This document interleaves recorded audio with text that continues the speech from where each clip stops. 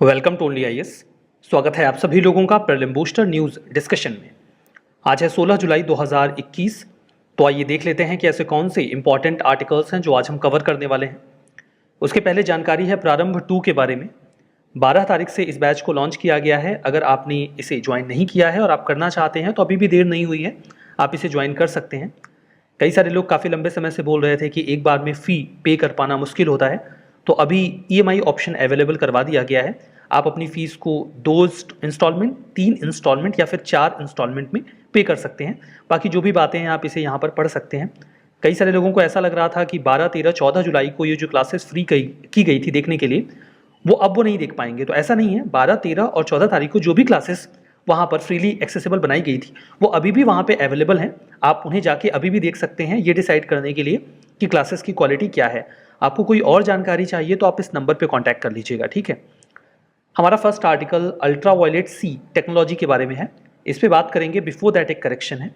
Last session में UPI Bhim को use करने वाले कंट्री के रूप में मैंने आपको भूटान को पहला देश बता दिया था, जो कि गलत था। सिंगापुर पहला देश है, भूटान डेफिनेटली फर्स्ट है, but in are immediate neighbours and that was the headline कि भूटान हमारे इमीडिएट नेबर में पहला देश ऐसा बन गया है जिसने यूपीआई भीम को यूज किया है। बाकी ओवरऑल अगर हम देखेंगे तो वो दूसरा देश है, चूंकि पहला जो है वो सिंगापुर है, ठीक है। So that was the correction. अब चलते हैं आर्टिकल की ओर। अभी हाल ही में ये डिसाइड किया गया है कि जो हमारी पार्लियामेंट है वहां पर हम अल्ट्रा वायलेट सी यानी कि UVC air duct disinfection system का इस्तेमाल करेंगे ताकि हम कोविड-19 के इन्फेक्शन को मिटिगेट कर सकें हमारे पार्लियामेंट में।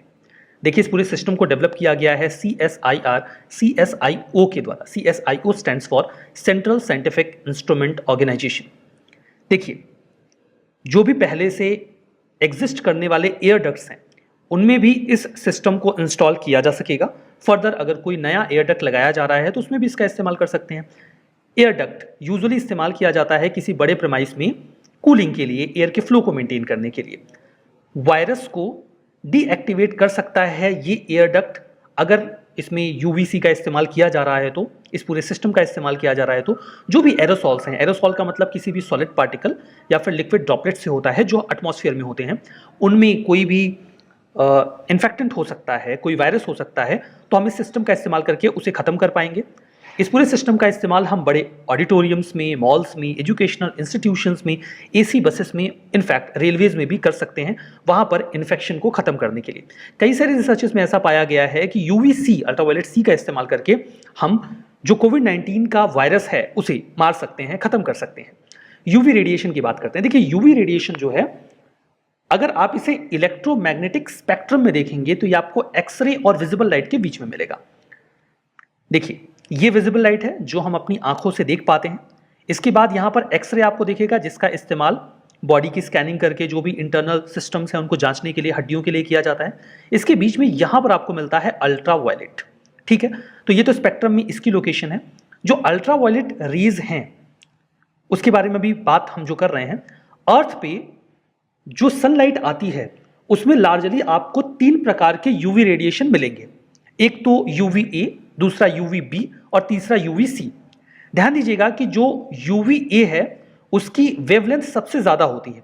तो चूंकि इसकी वेवलेंथ ज्यादा होती है इसलिए ये हमारे एटमॉस्फेयर में एंटर कर पाता है। B भी एंटर कर पाता है बट उतना नहीं जितना UVA कर पाता है। UVC अल्ट्रावायलेट सी की जो वेवलेंथ होती है ये काफी कम होती है, इसीलिए इसे ओजोन सोख लेता है और ये हमारे एटमॉस्फेयर में एंटर नहीं कर पाता। इसका इस्तेमाल हम करते हैं डिसइंफेक्टेंट के रूप में। तो जो भी यूवी रेज हमें हिट करती हैं उनमें बड़ा हिस्सा UVA का होता है और उससे छोटा हिस्सा UVB का भी होता है।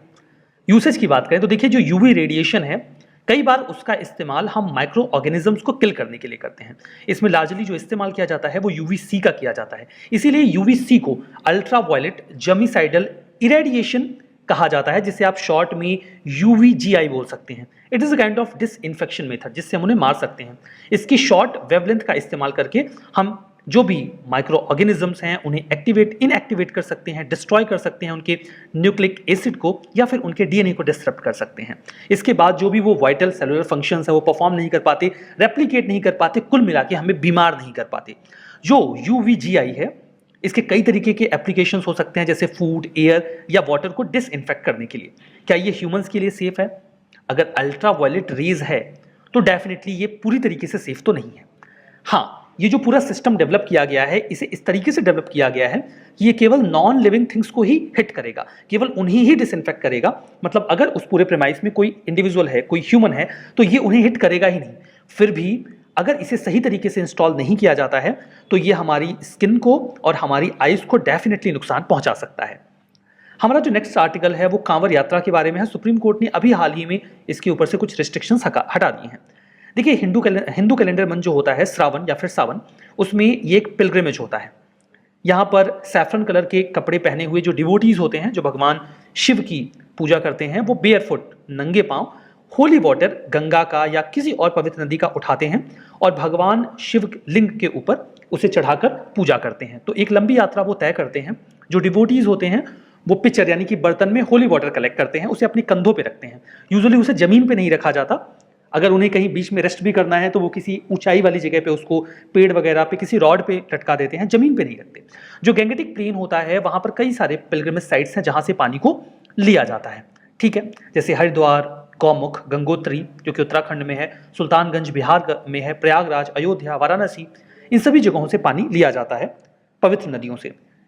सिमिलरली एक बहुत इंपॉर्टेंट फेस्टिवल है कांवर यात्रा, जैसा ही जो नॉर्थ इंडिया में होता है वैसे साउथ इंडिया में एक फेस्टिवल है जिसे कवाडी फेस्टिवल कहा जाता है।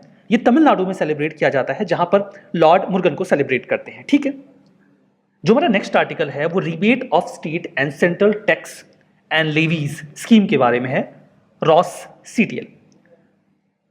अभी गारमेंट एक्सपोर्टर्स को यह अश्योर किया गया है कि उन्हें जो रिबेट अभी तक मिल रहा था इस स्कीम के तहत, ROS CTL स्कीम के तहत, वो कंटिन्यूड रहेगा और ये स्कीम मार्च 2024 तक कंटिन्यूड रहेगी। अब ये स्कीम है क्या? देखिए, इंडिया चाहता है कि हमारा एक्सपोर्ट बढ़े। एक्सपोर्ट को बढ़ाने के लिए हमें करना ये होगा कि जो भी एक्सपोर्टर्स हैं हमें उनकी कॉस्ट को कम करना होगा ताकि वो एक्सपोर्ट करने को लेकर इंसेंटिवाइज हो। बिल्कुल इसी उद्देश्य से इस स्कीम को लॉन्च किया गया था। ध्यान दीजिएगा कि ये गारमेंट एक्सपोर्टर्स के लिए स्पेसिफिकली लॉन्च किया गया था। ये स्कीम आई थी मार्च 2019 में, मिनिस्ट्री ऑफ टेक्सटाइल ने इसको लॉन्च किया था और अभी से एक्सटेंड किया गया है मार्च 2024 तक। रिवाइज्ड गाइडलाइंस जो है मिनिस्ट्री ऑफ टेक्सटाइल प्रिपेयर कर रही है डिपार्टमेंट ऑफ रेवेन्यू के साथ कंसल्ट करके। इसमें कॉन्सेप्ट है ड्यूटी क्रेडिट स्क्रिप्ट का। ड्यूटी क्रेडिट स्क्रिप्ट जो है वो एक्सपोर्टर्स को प्रोवाइड करवाया जाता है। किस बेसिस पे? उनके जो भी वो टैक्सेस या उनको लेवीज देनी होती हैं, फर्दर उनका जो भी एक्सपेंडिचर होता है उसको संज्ञान में लिया जाता है। जो एक्सपेंडिचर होता है वो इवेल्युएट कहां से होता है? मैन्युफैक्चरिंग की जो कॉस्ट आई, वो एक्सपोर्ट करेंगे तो किसी व्हीकल को हायर करके अपने सामान को पोर्ट तक लेकर जाएंगे तो जो ट्रांसपोर्टेशन की कॉस्ट आएगी, प्लस वो अपने सामान को लोड करवाएंगे तो लोडिंग की जो कॉस्ट आएगी, और फर्दर अगर उन्होंने कोई टैक्स या लेवी दी है तो उसकी भी कॉस्ट आएगी। इन सभी की कॉस्ट को मिलाकर उनकी कॉस्ट को इवेल्युएट करके उसके बेसिस पे उन्हें इंसेंटिव दिया जाता है। और वो जो इंसेंटिव होता है वो it is a kind of duty credit scribe, एक प्रकार का डॉक्यूमेंट होता है। अगर आपके पास ये डॉक्यूमेंट है तो आप इसका इस्तेमाल कर सकते हैं अगर आपको कोई सामान इंपोर्ट करना है, लाइक इक्विपमेंट हो गया, मशीनरी हो गया, जिसका इस्तेमाल आप अपनी इस गारमेंट इंडस्ट्री में करना चाहते हैं।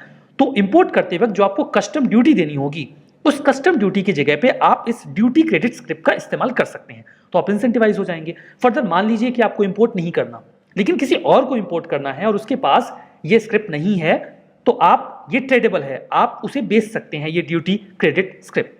बेनिफिट ये है कि इससे जो लेबर इंटेंसिव टेक्सटाइल सेक्टर है वो थोड़ा और कॉम्पिटिटिव बनेगा। जो गारमेंट एक्सपोर्टर्स हैं वो रिबेट अगर अवेल कर पाएंगे तो शिपमेंट और बढ़ाएंगे, इससे एक्सपोर्ट भी बढ़ेगा और पूरे एक्सपोर्ट के सेक्टर में जो जॉब क्रिएशन है वो भी बेहतर होगा। हमारा next article fit for 55 package के बारे में है। हाल ही में यूरोपियन कमीशन ने अनाउंस किया है फिट फॉर 55 पैकेज अपने सभी मेंबर स्टेट्स के लिए, ताकि वो क्लाइमेट चेंज को अच्छे से काउंटर कर सकें। जो 27 मेंबर्स हैं यूरोपियन कमीशन के, उनका टारगेट ये है कि वो 2030 तक जो उनका ग्रीन हाउस गैस का एमिशन है उसे 55% तक कम कर देंगे। किस लेवल से? 1990 के लेवल से। ये काफी एग्रेसिव टारगेट है अगर आप यूनाइटेड स्टेट्स के साथ तुलना करें, क्योंकि वो सेम पीरियड में 40 से 43% ग्रीन हाउस गैस कम करने वाले हैं। लेकिन ये टारगेट ग्रेट ब्रिटेन से कम है, बिकॉज उनका टारगेट तो इसी ड्यूरेशन में 68% का है। एक इसमें बड़ा कंटेंशियस प्रावधान भी है, that is carbon border adjustment mechanism. इसमें इन्होंने ये बोला है कि अगर कोई ऐसा देश है जो बहुत ज़्यादा ग्रीन हाउस गैस का एमिशन करता है तो हम उसकी यहाँ से सामान इंपोर्ट नहीं करेंगे।